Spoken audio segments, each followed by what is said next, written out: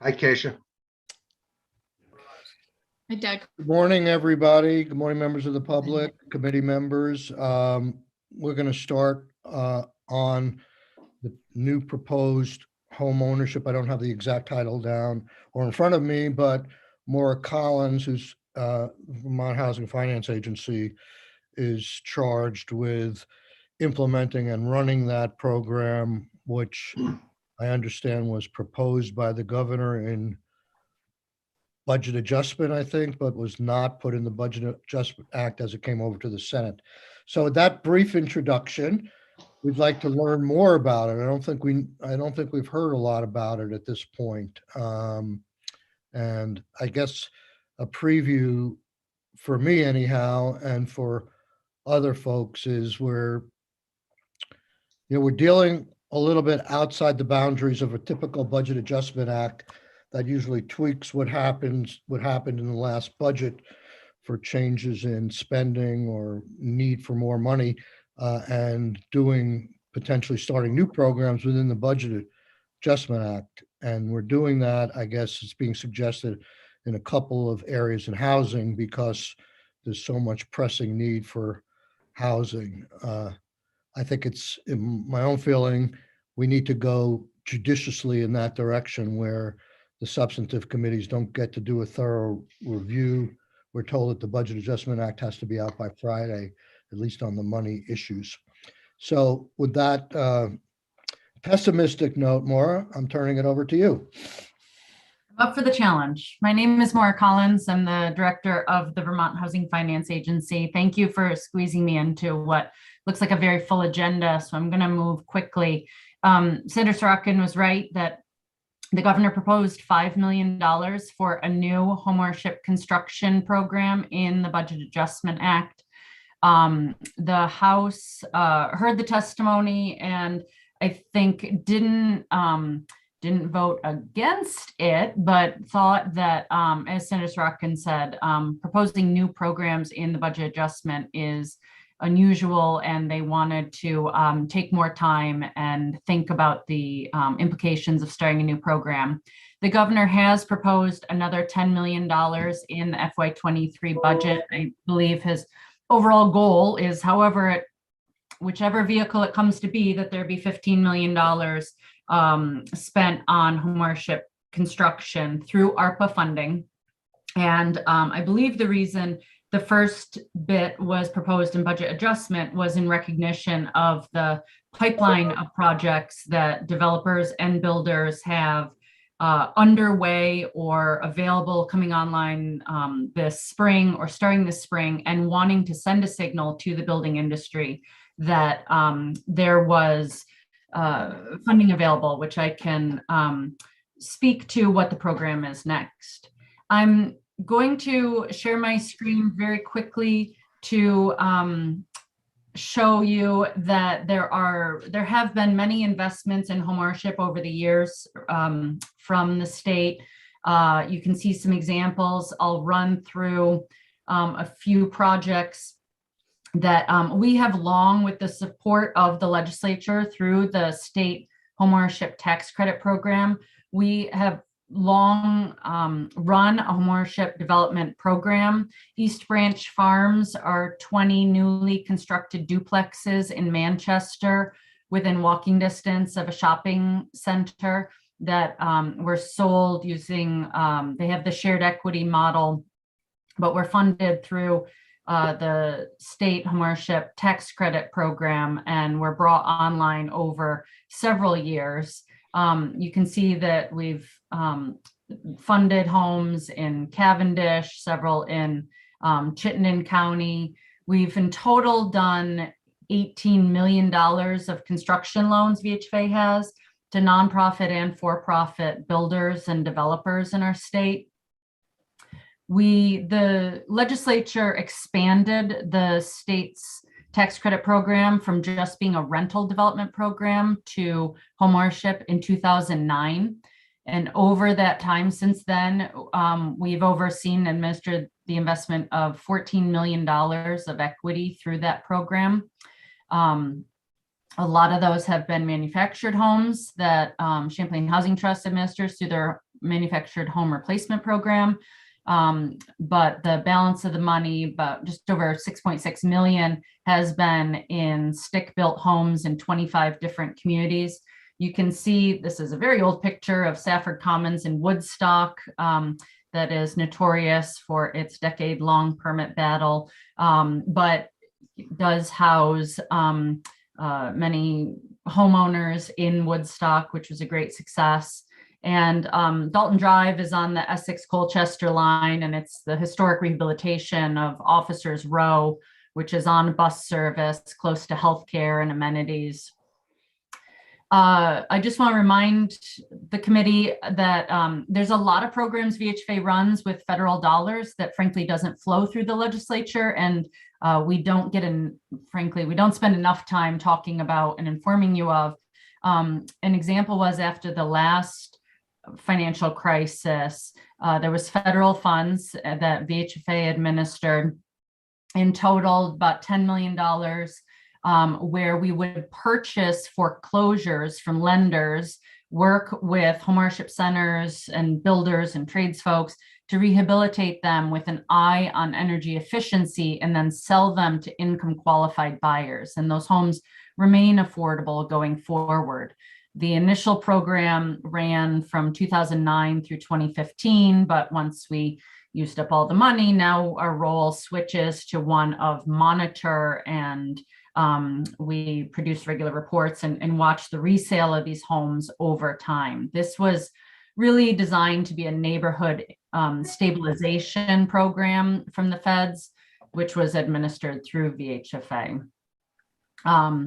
Again, the tax credit program expanded. You added homeownership as an eligible activity in 2009, but then in response to Tropical Storm Irene, it expanded again to cover the manufactured home replacement program. I do think this is a program you hear about often, and so I won't spend a lot of time on it, but you can see that it's gone to help 263 manufactured homes so far, which are all Energy Star rated, if not net zero. I'm going to stop my screen share there so I can see your lovely faces. There is a handout in your files under my testimony. It does show, actually, you know what? I'm going to share my screen one more second. I apologize. Yeah, but wait, you're right, Lamar. It's all posted on our website under today's date, the documents. Yeah, and you'll see this chart on there. This shows, I've showed this to you so many times, you're probably sick of it, but I can't tell you how important it is. When I get asked by reporters, as I was again last week by VPR doing another Brave Little State story on housing, they keep saying, why do we have this housing crisis? And I keep pointing to, because we aren't keeping up with producing the homes that we need. You can see here, the 1980s weren't even one of our biggest growth decades, but you can see then, even then, we were adding just about 3,200 primary homes a year to our housing stock. And every decade, that annual rate of increase drops off. And so in the most recent decade I'm showing on this chart, we were adding just about 400 homes a year. And I'm excluding vacation homes. There was more construction happening then, but I think this program and this committee, and definitely VHFA as an agency, is mostly focused on primary homes for Vermonters who can purchase them. And this is not just a Vermont problem.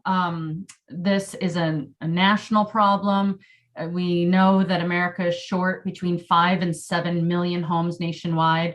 But you can also see what this has done on this map, that Vermont has one of the highest in the top 10, well, bottom 10 states, however you say that, of having the greatest home price appreciation in the nation. And so this pandemic has proposed unique challenges, and we've come up with what we think is the best solution to this problem for this particular crisis that's been thrown at Vermont. So the problem is that it's too expensive to build a modest home that's affordable to Vermonters. We have a strong framework for new investments that builds off the historical and ongoing success of state investments into building homeownership opportunities, which is what I just ran through quickly in those slides. So we know how to meet the homeownership needs in Vermont. We're building off these existing models and adjusting them to today's market, which is what this program proposes. This program was spurred by the survey and the forum that we held this summer with builders and developers that I spoke about a week or two ago when I was last in front of this committee. They really talked a lot about the barriers to home production. And so the approach in this pilot program was informed by conversations with Vermont's builder and banker communities and continues on as they frankly hear us testifying about it and get excited about learning more about the program. Although this is designed to be a pilot and a new set of approaches, we will be engaging even more with a broad audience of home builders and banks and credit unions to continue to shape the final mechanics of the program. And I think that that is where, if I had to say, why the House Appropriations Committees was thinking that this wasn't done being developed, was that they wanted all the answers of how big will the homes be? What will they cost? How will it work? What will the profit limits be? And we've been talking about how we will be setting all those limits through a public process. That is the way VHFA typically designs our programs. We administer $36 million a year that doesn't go through the State House, through federal tax credits. And in doing so, we do that through a very transparent public process. We have to have a public document, which is in a nerd terminology called the Qualified Allocation Plan. And in that, we have to publicly propose what the priorities are going to be, how the priorities of the funding are in alignment with the state's housing policies and plans, how we're going to define downtown developments. Does that just mean in a designated area, or does that mean within a half-mile walking radius of a designated area? Which of the 5 designated areas counts? And should they all count equally, or do we really want to treat village centers and designated downtowns as different from new town centers and growth areas? These are the detailed conversations that I think are best had in a public forum where builders, developers, nonprofits, and advocates can grapple with these conversations so that we can come out with the best outcome. In the end, there are 2 elements of what is being proposed. One is proposed to be funded through the BAA. The other is currently a request to VHCB. They have a board meeting tomorrow, and their staff has recommended $2 million to go to VHFA so that we can support banks and credit unions who provide construction loans for home builders.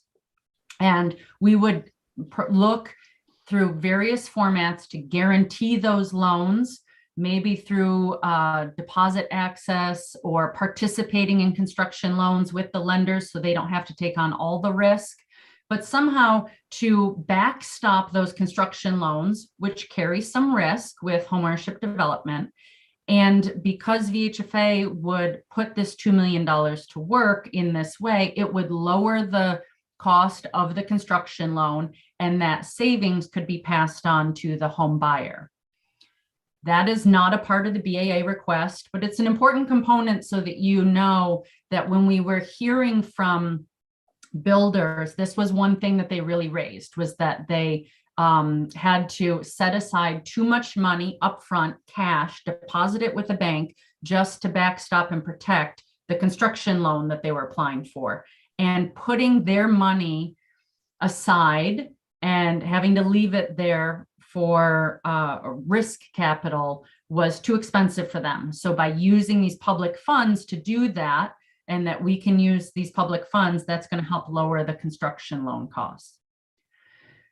The BAA request is for a subsidy program that's going to address 2 kinds of gaps we see in building homes. One is the value gap, the reality that one can, in many communities in our state, build a home, but it will cost so much that the minute the last nail is hammered in or the paint dries, that home may not appraise for the full amount that it costs to build it. That's a reality, that it, in some of our communities, costs, in the example on my 1-pager that your committee has, it costs $425,000 to build a modest home, but it's only going to appraise for $375,000. That value gap needs to be covered if we're going to bring more affordable homes to market, and this program would pay for that.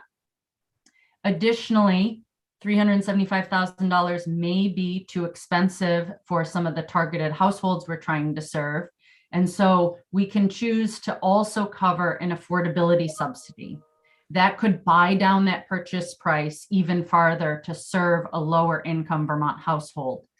That affordability subsidy we're proposing would stay with the home in the form of a land covenant, which Vermont has many decades of using. And it would be a silent subsidy at the home that would stay there and could be available to future buyers if they're income eligible. It would not grow with time. It is different from the shared equity model. So the home buyer, when they go to sell, they would not share in the appreciation. They would take the appreciation, but the public funds would stay with the home and be available for the next buyer. There's also parts of the state where that value gap isn't so much a problem. And there's many parts of the state where we're focused much more on rehabilitation instead of new construction. And this program would cover both new construction or rehabilitation. I can appreciate in all of your counties, but I'm looking at Senator Brock, knowing that there are some towns and cities that really need new construction, but then there are many communities that need money to repair and bring back to market vacant housing stock. And so this would be available there too. The amounts of money that would be available to cover the value gap or the affordability gap would fluctuate and be nimble based on the needs of that development. Just like every application that VHCB or VHFA or DHCD funds, we would look at and do a full financial underwriting of that proposal and determine how much needs to go to the value gap, how much would be needed for the affordability subsidy. And that we would cap this assistance at 35% of the total development cost. We got that standard based on a federal tax credit program that was proposed in Build Back Better, but obviously has not passed yet because Build Back Better hasn't passed.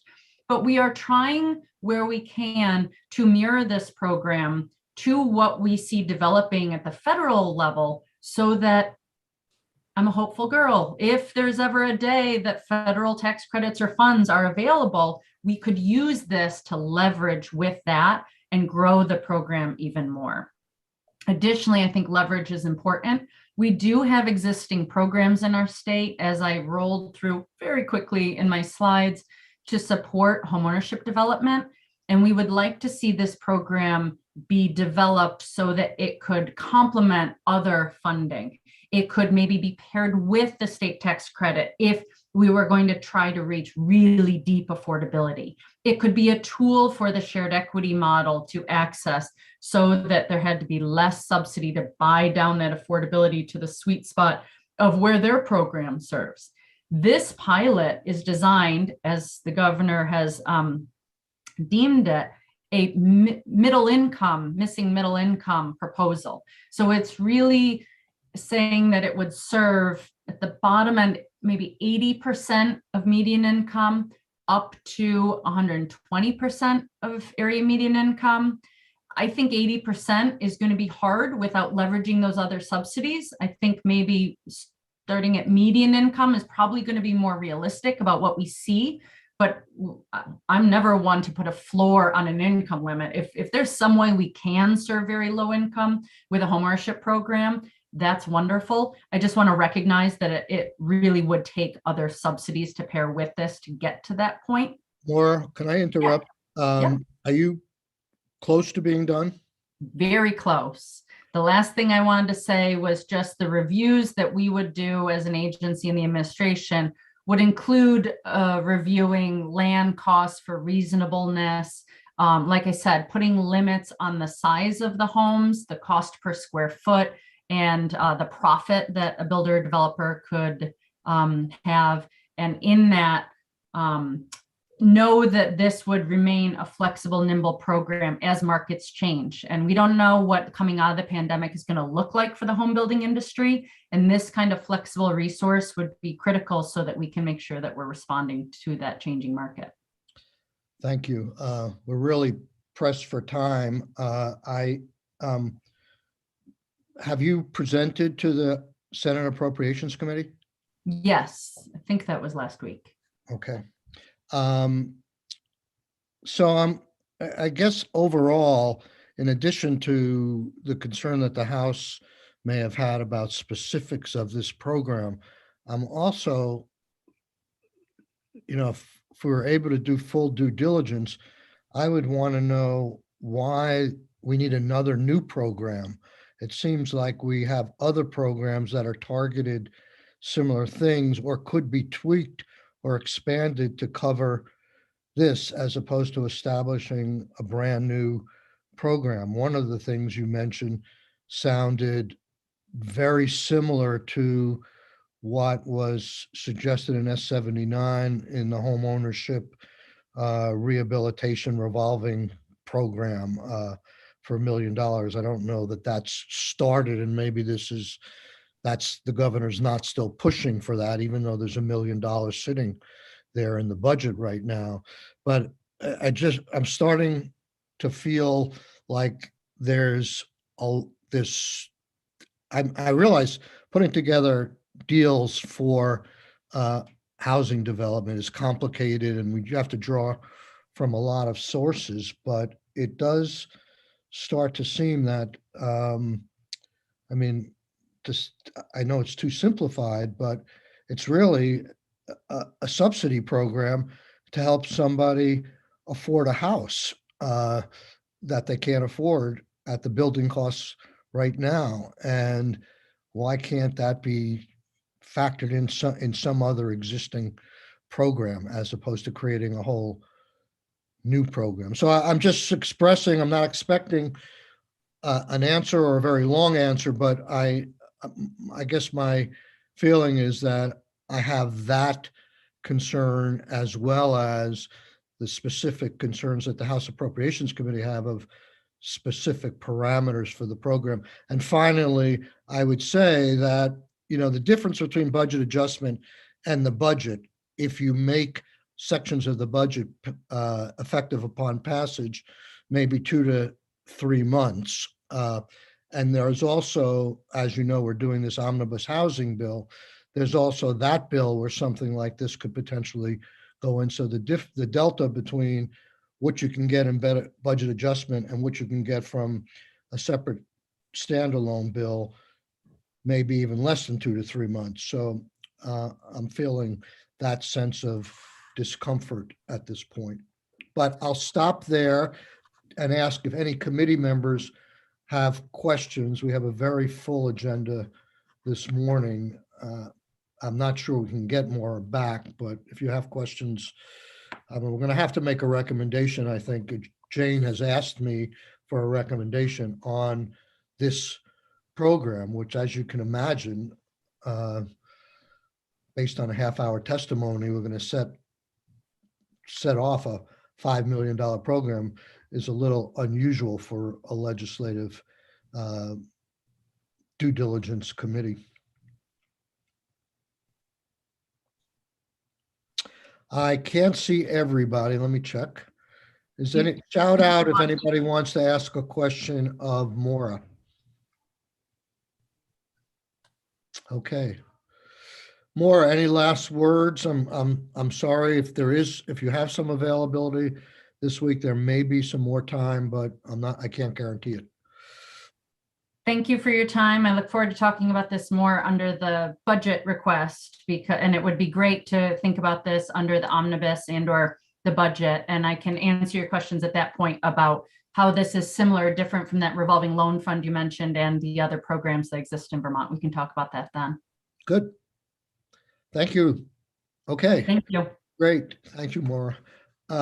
Joan, so Good morning. how did it go upstairs? Very well. Where would you like me to begin?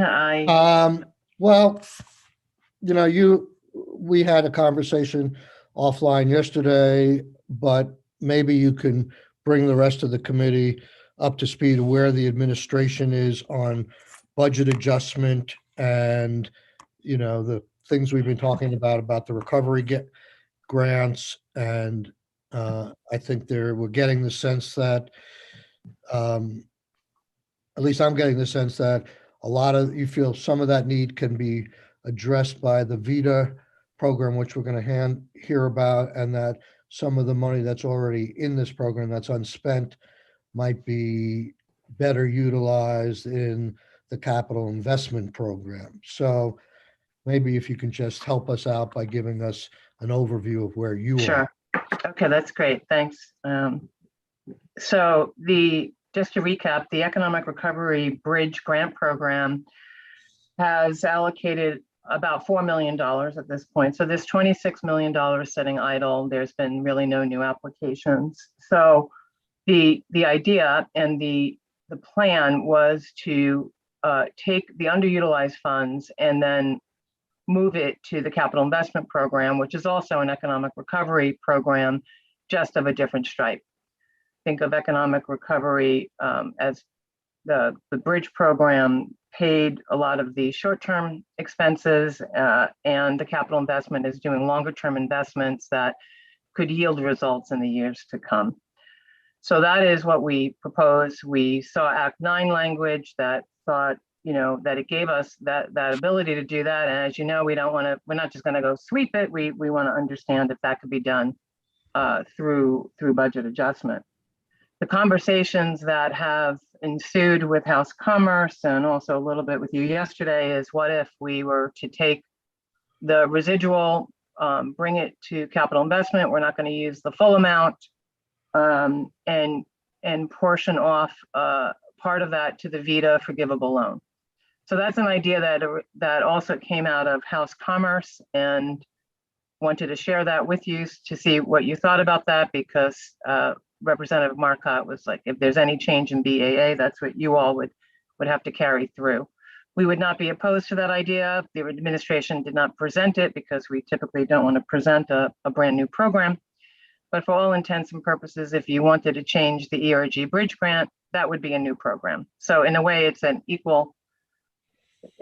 equivalent kind of comparison, right? If you change all the parameters around ERG, you are effectively doing a new program.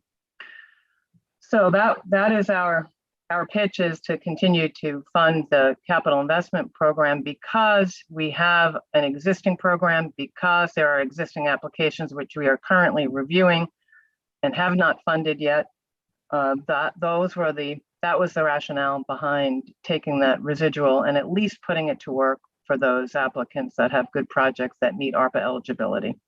Have you fully obligated the 10.5 million we gave you last year for capital investment? Not yet, because we have 77 applications asking for $66 million. As you know, there's a process. ARPA eligibility has reached a little bit more stringent requirement as per the final rule. So we are digesting that. We need to first make sure these all pass ARPA eligibility. And the other round is to have Tom Cavett go through the modeling exercise on net fiscal impact. So it is a lengthy process. We hope to be able to make decisions within the month of February and fund it. If we don't get the additional funds, we will then make the decisions for the 10.5 and fund that. But we'd be leaving out quite a lot of great projects, some of which are from the people who are actually requesting that we not divert the funds, like hospitality and arts and culture have large asks into this capital investment program. It's not predominantly businesses. Can you explain? Those are businesses.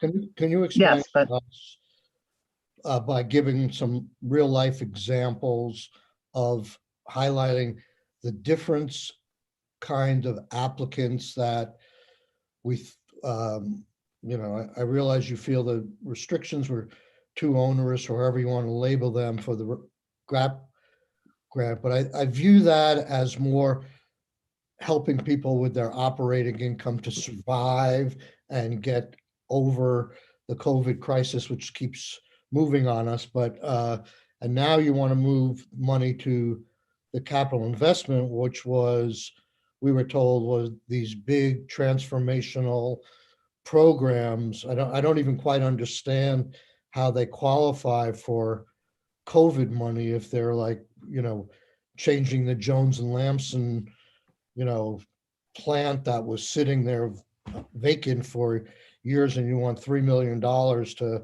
renovate it into something new as for capital construction. So I'm seeing them being very different. And I know we talked a little bit about that where you don't see it that way, but first of all, are there restrictions?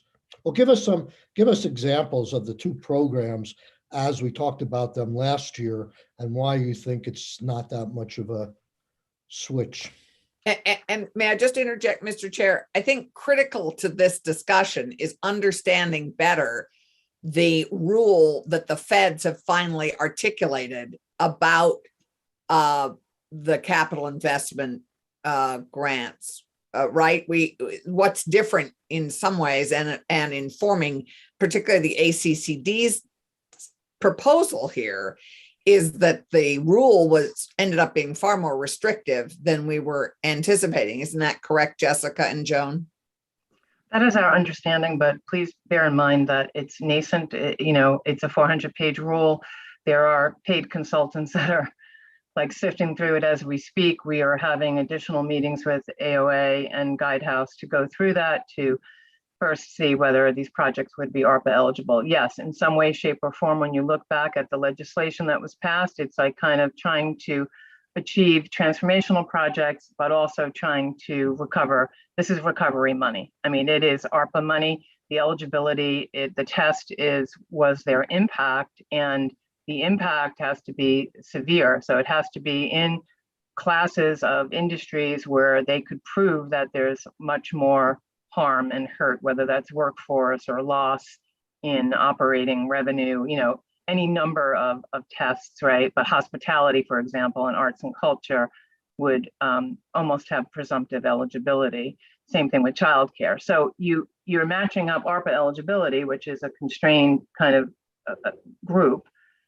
There's also this ambiguous language about how you could make a case for a class. You could actually determine a class of either businesses or entities or communities that were disadvantaged more than others. So it's sort of broad yet narrow, and we're trying to weave that right now as we speak about how we get these projects through ARPA eligibility.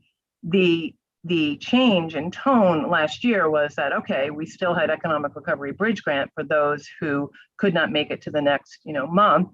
But we also had a plan, a vision for the future, which was let's use the economic recovery money so that we could invest now and provide yield in years to come. And that was the impetus and the idea behind capital investment. So even though we talk about transformative, what's transformative in one community may not be transformative in another. So some examples, again, we loved some of the projects. We gave you examples of some of the projects. However, as statute provided, we needed to do a rolling application. We had to provide guidance. We solicited applications for 90 days. That 90-day window closed at the end of December. And we have a wide variety of projects. We have childcare projects. We have country store rehabs. We have senior living. We have market rate housing. We've got mixed use. We've got downtown redevelopments. We have historic structures being revamped. We have performing arts venues doing capital improvement. We have museums doing capital improvement. So it's a wide variety. And so now what has shifted with the final rule is just make sure that we're ARPA eligible. The other thing that's interesting is that they make a determination that if you devise something before the final rule, like if you went according to the intermediary final rule or interim final rule, whatever it's called, that you're allowed to do that if you obligate the funds before April 1st, because April 1st is when the final rule kicks in. So we're in the midst of creating this algorithm of, what are the good projects, right? But by statute, we also have to rank these projects by net fiscal impact. So you may have, let's say, a transformative project in a community, i.e. creating 80 childcare slots. We think that that's transformative, but they're going to score very low on net fiscal impact because the model is driven by payroll dollar value. And as we all know, the payroll on childcare is very much smaller compared to other places. So we are juggling a lot of variety of criteria. And in the fiscal year 23 budget, we've asked for more funding, but we've also asked to simplify that. But in the interim, we do have these 77 projects. And the reason why we'd like to fund it is because it's still economic recovery money. And if these applicants fit into the guideline of ARPA eligibility, it is economic recovery as defined by the feds. And you would have another round finishing on March 31st of additional applications to look at? I don't know if we're going to have the wherewithal to do that. It's taking all that we can to review the 77. So the idea would be, let's make decisions on the 77. Let's make sure we've got net fiscal impact for all of them that's been vetted by Tom Cavett. Let's make sure we can make the decisions and we could clear any risk determination in terms of adherence to ARPA. And then has Tom Cavett done anything on these projects? We're having him in on Friday. Has he done anything yet? Yes. What's happening is we are doing a preliminary run, and then he and his team are weighing in on whether they're in agreement or not with those runs. They're also contemplating how to assess for things like childcare that are extremely necessary and high priority, even if they don't have a net fiscal impact that's higher than another project. Is there any other calculation that they could bring to enhance that value? So yeah, he's done some work, but it's not final yet. So we have to wait for that final. Yep. Mr. Chair, can I just ask a question here? Yes.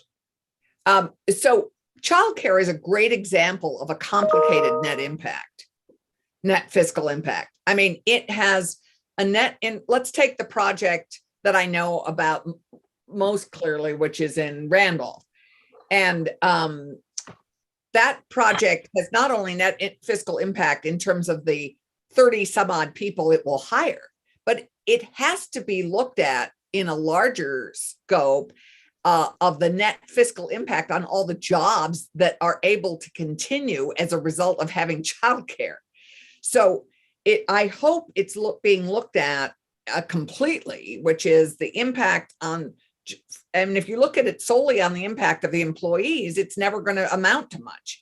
But if you look at the net fiscal impact on the jobs, on the 86 kids that could be there, but possibly 160 parents whose income is affected by not having childcare or having childcare, that to me is a critically important piece of that net fiscal impact. And I hope that is being considered. Yeah, I think that you should really talk to Tom Cavett about that, because that is clearly, we're on the same page. It's just that I'm not sure if they were able to do that. And we'll let him talk more about the academic, there's a very strict guidance within net fiscal impact about what gets calculated or not. And we, the agency, have a model that we could work with, but it was really, we're waiting for the economists to weigh in on that particular scenario. I'm sorry, go ahead, Senator. No, I was just going to ask, so net fiscal impact in this case with these grants is determined by rule by the feds, not by us, the definition? No, not at all. ARPA eligibility is federal, whether or not an applicant is eligible, whether or not an applicant actually had COVID impact by some very strong guidelines. But the net fiscal impact is a state model with Tom Cavett and has created, that was approved by Joint Fiscal to do for this purpose. And so they collect a variety of inputs. A big driver is job creation and job and payroll number. All I'm saying is, as an example, there are limitations to the model if we're going to rank projects as we are instructed to by statute, by net fiscal impact, you may be leaving some very good projects out. That's my sort of pitch. But in regards to this BAA discussion and about taking additional money, the additional money will help us fund the good projects. Again, notwithstanding, making sure that they are all ARPA eligible. That is kind of the first screen.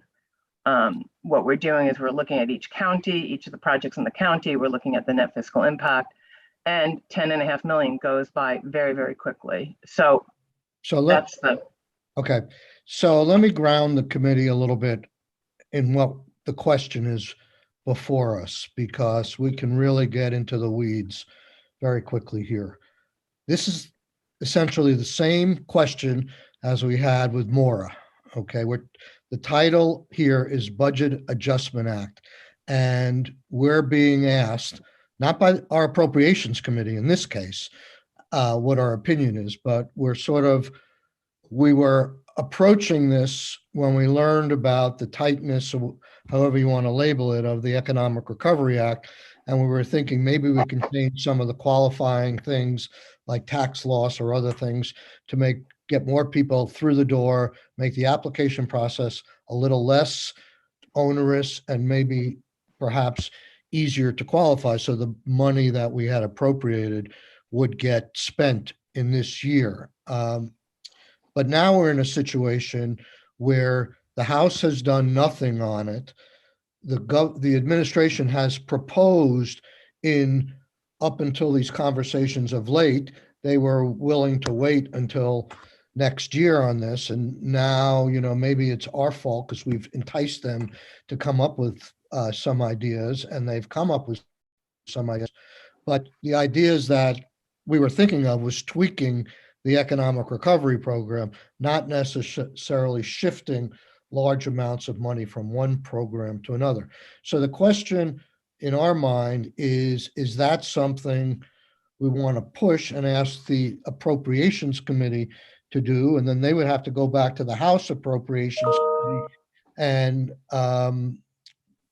convince them, or do we need more time in terms of due diligence to get these monies, appropriated in programs that we think are tight in terms of their ability to target appropriate program development for the state or help from the state? Or do we want to, as I said before, Senator Kitchell has said that she wants to, at least on the money elements of budget adjustment, she wants to vote on Friday. So this is a heavy lift to make the language changes we would need to make this decision as to whether we want to spend a lot more money on capital investment this year and take it away from economic recovery. One would assume, though it doesn't sound this, I don't know what the governor proposed in the budget, that money would carry forward into the economic recovery grants. Maybe he's making that change to move the money to capital investment, but as far as I know, it wasn't in budget adjustment. Maybe it's in the next budget. So keep that in mind, that we're dealing with the question of how fast and quickly we want to move, and not necessarily, it sort of highlights for me the problem here. And when I say, and not necessarily redesign with detail the program.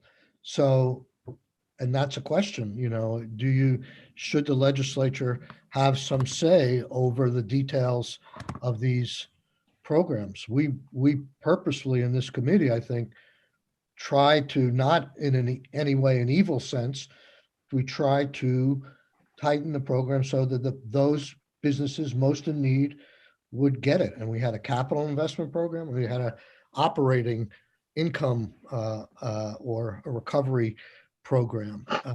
So, Mr. Chair, may I interject a thought here? Yep.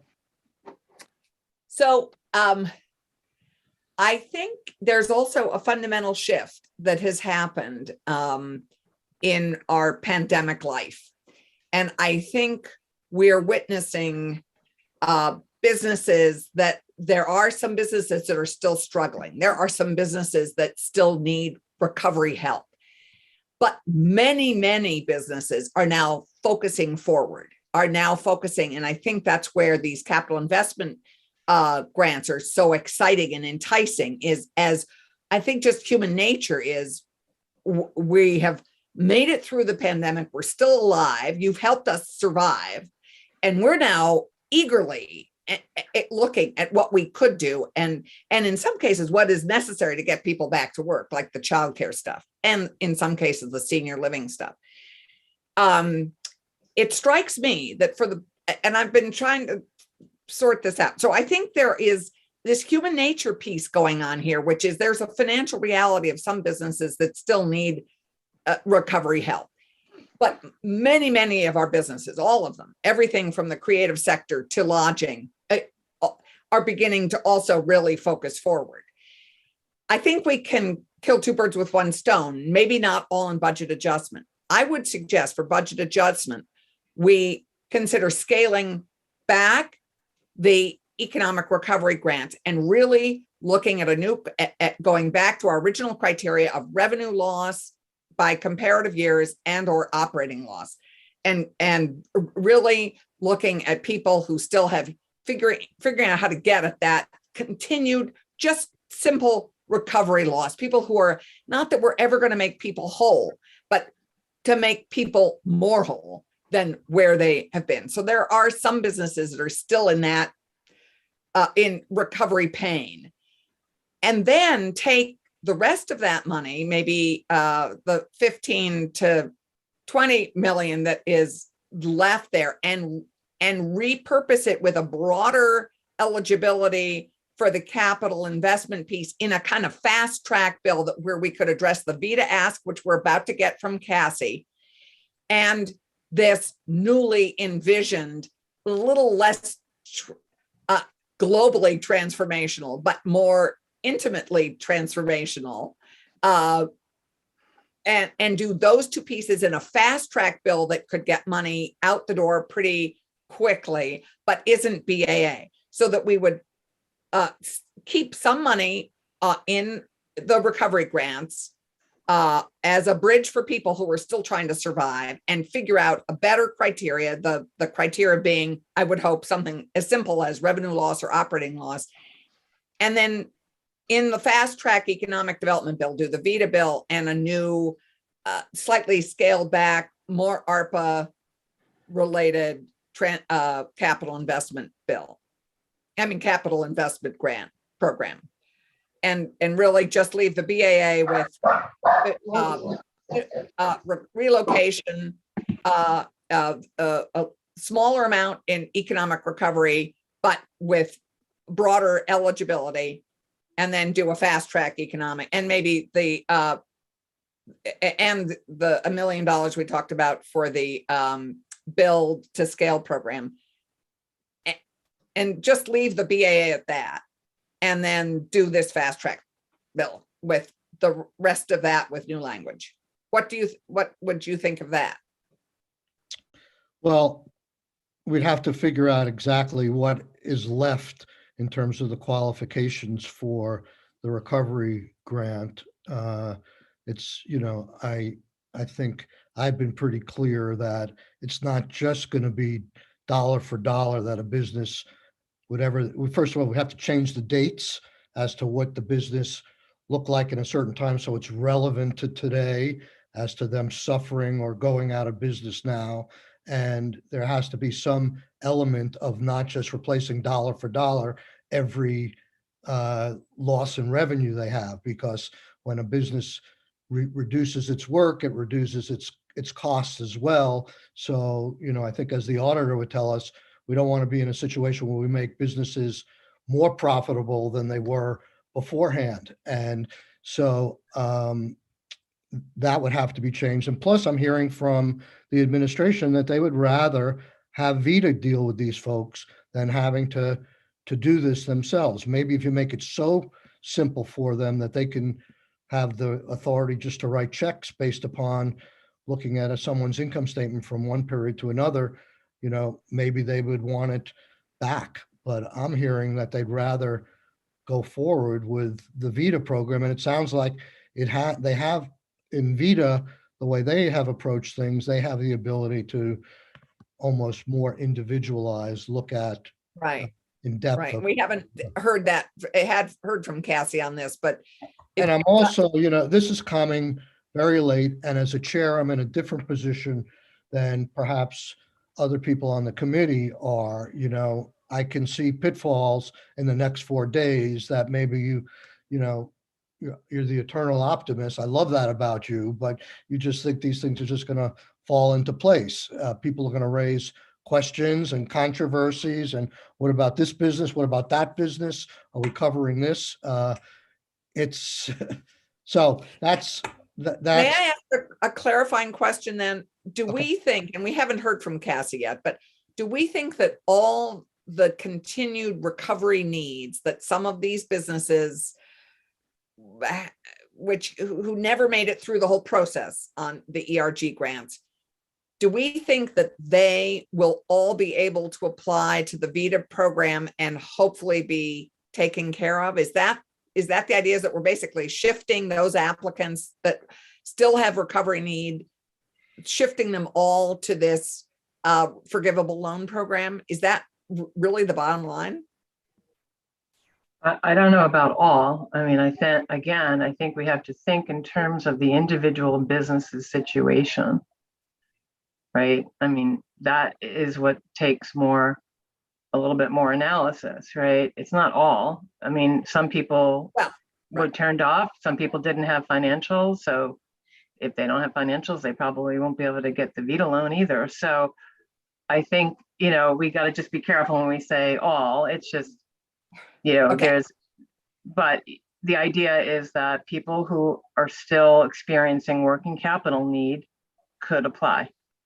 That's my general comment. Cassie could probably speak more specifically, but that is the thought, that is the impetus behind this idea. And that if someone's applying for a loan, it's a more considered application in the sense that there's a possibility for it to be forgiven, but not a slam dunk that it's forgiven, because I know there was concern about people applying that may not need it, or people applying that would spend it elsewhere. Well, that will not be the case, I think in this program. So again, let me just say, we'll take a break in a minute, but the question before us is how much more effort we want to put into budget adjustment in these 2 or 3 programs. And just like we were talking about in housing with Maura, there is this 2 to 3 month difference between what we could do in budget adjustment and what we may be able to do in the budget bill, and maybe less, as the vice chair has said, if we do a fast track economic development bill, or in our omnibus economic development bill, if we got that through earlier than the last day of the session when the budget generally passes. So it's not a question of black or white and either or. There could be this middle ground as well, where there's not that much time delay. And it's very hard to deal with programs of this complexity and this amount of money